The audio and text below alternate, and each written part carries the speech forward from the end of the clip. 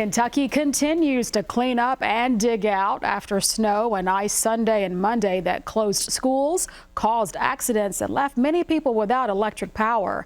That begins tonight's weather coverage. Crews continue to clear roads all over the Commonwealth. This is video of snowplows clearing Interstate 64 in Shelby County. Governor Andy Beshear says he is pleased with the state's response to the winter weather. I'm happy to report that we still do not have any reports of significant injuries or loss of life related to this storm. That's really great news because 8+ inches of snow and most especially a ½ inch of ice is very dangerous. So Kentucky, thank you for hearing the warnings. Thank you for listening to your news and your meteorologists. Thank you for taking care of each other, and especially yesterday and the day before. Thank you for staying home. Because of that, at least our main roads, our interstates, are in pretty good shape today. The governor says the next concern is the bitter cold we expect over the next few days. He says Kentucky has 208 warming centers either open or expected to open. Winter Storm Blair has moved out of Kentucky, but many in the state are still dealing with the aftermath. Utility crews have been working around the clock to restore power. More than 20,000 Kentuckians remain without power. Kentucky Electric Cooperative says crews from Georgia and Tennessee are in Kentucky helping crews with the co-op turn the power back on for customers. Even with the additional help, it could be days before the power is back on for some. It's been a rolling restoration, rolling outage as we went because that ice storm began, in the western portion of the state.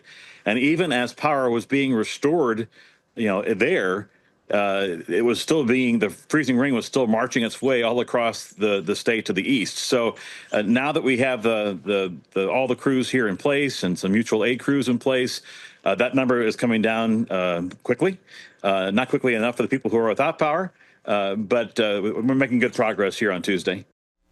Arnold says one of the biggest challenges for crews, freezing rain and ice. He says even a small amount can cause widespread damage and power outages. Freezing rain and ice is always the #1 contributor to power outages when it comes to winter weather. We can handle snow for the most part, but that ice that accumulates on lines and on trees really causes the problem. It's as little as a ¼ inch of ice can add several hundred pounds to just one span of line between one power pole and another. A ½ inch of ice just compounds that. Then you tack on, let's say there's a telephone wire on that same span, or there's a communications cable for a broadband or for a cable company. Well, that ice also hangs on there. So you have thousands of pounds now that are pulling down on that or are pulling on the trees next to it. Then you compound that with wind and the extra pressure that brings that, because each of the little drapes of ice coming off of the line acts as a sail. It's more surface area. So really, ice is the worst possible winter precipitation for power outages. According to Kentucky Electric Cooperatives, customers along the Ohio River and in far western Kentucky and parts of eastern Kentucky were affected most by power outages. As the winter storm made its mark on the Commonwealth, it set a record in Louisville. Our Christy Dutton talks with meteorologist Kevin Harn from Wave 3 in Louisville to get a recap of Winter Storm Blair and what we can expect this weekend. Well, it's been a long time since we've had to deal with a snow like this. And of course, snow is one thing, but ice is the worst. And it's that glaze of ice that really causes the most impact. So consequently, because we did see freezing rain across central Kentucky, we had a number of communities that lost power, and that stretched all the way from West Kentucky to East Kentucky. In Louisville, for instance, it was a top 10 snowmaker for us. When you look at the 2-day total, 9 inches on Sunday, 1.5 inches on Monday, that's 10.5 inches. So that put us in the top 10 heaviest snowfalls on record. Now, looking ahead to Friday and to Saturday, still some unknowns on this, but it is a snowmaker. That's what we know, Christy. So we'll be solidly in the cold air on this one. We won't have to pull the rest of my hair out trying to figure out if it's going to be sleet or freezing rain. The question is, how much will it be? And that depends if the systems to the north and south phase just before it reaches us or as it passes us. And at this point, there's still some disagreement in the model data, but it looks like we'll see an advisory level snow that would be between 1 1 to 4 inches in the forecast at this point in the game. The storm has been an inconvenience and nuisance for most of us, but for others, simply staying warm indoors is not guaranteed. Shelters and even some businesses are expanding their services to bring more people inside. So you can imagine with the snow and the winter storm coming in that's really created some excitement in the area, especially for those who call the streets their home. You know, they can't spend this time out there in this frigid temperatures. You know, we've had to open up a little more than we normally do. So we do have space, but it's a matter of having cots and beds, and then also being able to have security and be able to make sure that we can properly maintain order during times like this when people are excited, they're a little anxious, they're a little concerned. So we've been seeing about 100 come into our day center when we normally see, you know, between 30 and 35 normally comes in. So we've almost tripled our occupancy for our day center. So that tells me that folks are trying to find somewhere warm, and we're awful thankful that we've got a place for them to come and get some rest, get a hot meal, get in out of the cold. Louisville officials activated Operation White Flag over the weekend. It's a notice to shelters to keep people inside. Lexington got less snow than Louisville, but still enough to cause some problems. Officially, the National Weather Service says almost 7 inches of snow fell over 2 days, and parts of Lexington received a ½ an inch of ice, coating cars, trees, and almost everything else outside. At one point, about 8,000 Kentucky utility customers in Lexington were in the dark. That number has since fallen, thank goodness, to less than 200. The situation in eastern Kentucky was a little different. Parts of the region there picked up more rain than snow. Still, everyone is getting in on the freezing temperatures. We spoke with a meteorologist at WYMT TV in Hazard, Kentucky about what the region experienced. We've been calling it the New Year's winter storm here at YMT. Basically, it was a very fast-moving storm. I mean, not even a couple of days before it was in the Pacific Ocean, and it traveled quite a way to get here. And it really dumped a lot of snow here in eastern Kentucky and ice starting on Sunday. I spent the night Sunday here at the studio into Monday morning, right before the morning newscast. On the Hal Rogers, you know, give or take a couple of miles above and below, that's where our freezing line was. So if you were above that in eastern Kentucky, you got more of that snow mixture and wintry mix. And then as you go below that, you had that rain and the wintry mix, and everything froze when that cold front came through. So the farther north you got, the more inches of snow. I know before the rain came here at Hazard, we had about 6 inches when we put me in the morning anchor, we put a ruler into the ground. We had 6 inches. I know there were some reports in Moorhead that we got that were about 6 inches too. So, I mean, definitely a lot of snow. And in terms of ice, it's been very varied depending on, you know, how far north or south you were of that Hal Rogers. But some places did get up to 1/4 of an inch of ice, which is quite a lot on power lines. We've been monitoring the outages in Kentucky.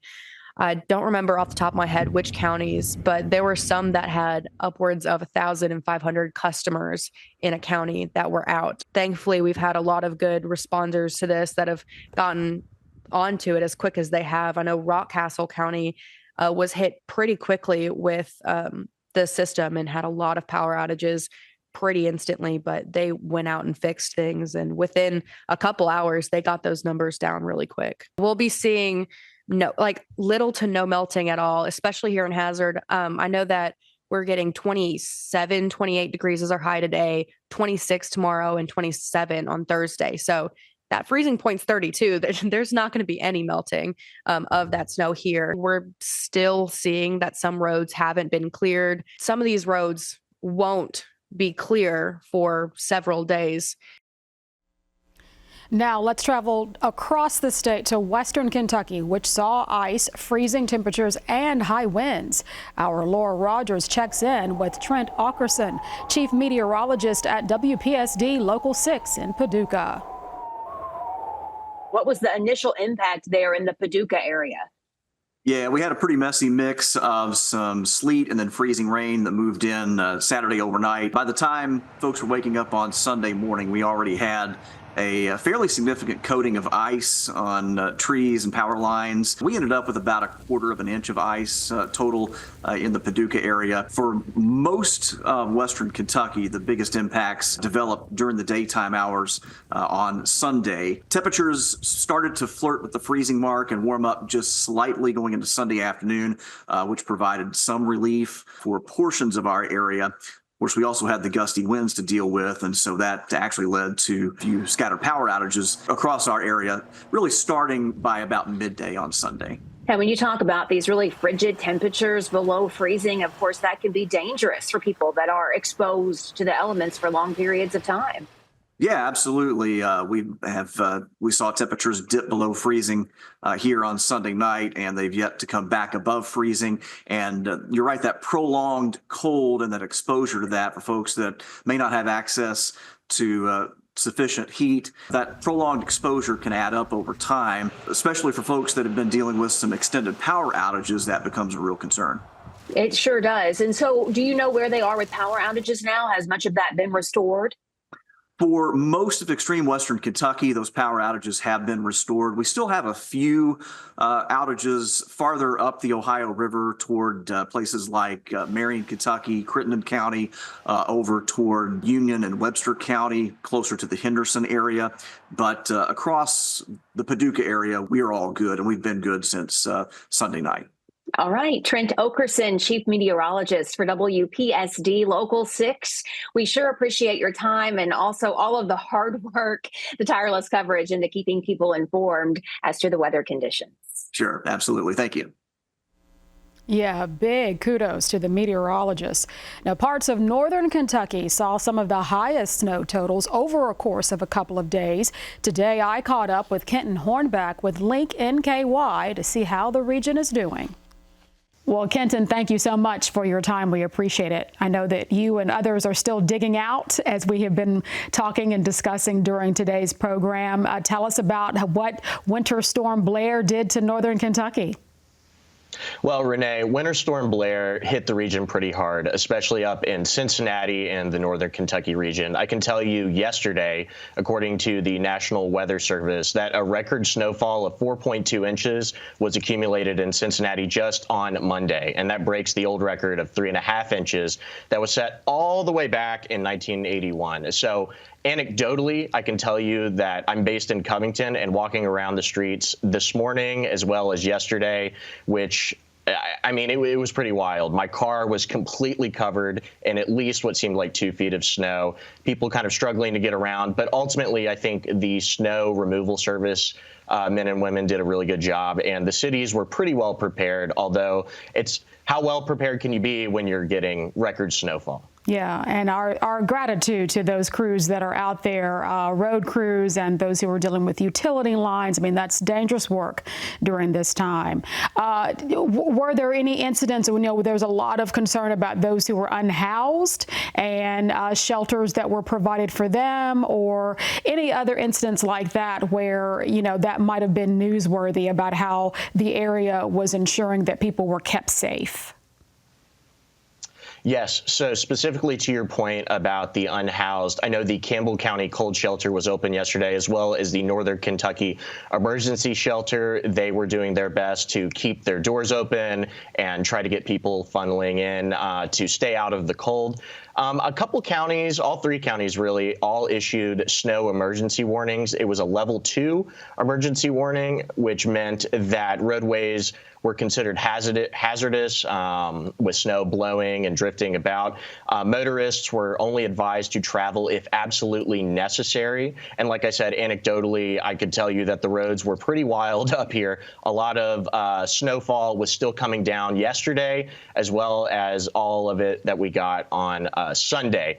Another thing I think is noteworthy is that the Cincinnati Northern Kentucky International Airport did ground planes the other day, and they are since back up and running. But I thought that might be pretty noteworthy considering it's not too often that happens. That's right. Yeah. Thank you for including that. Well, best to you. Stay warm, stay safe. And if we need to, we'll connect with you again on the other side of this. But there'll be other things we can talk about with you. Kenton Hornbeck, thank you so very much for your time. We appreciate it. Thanks, Renee.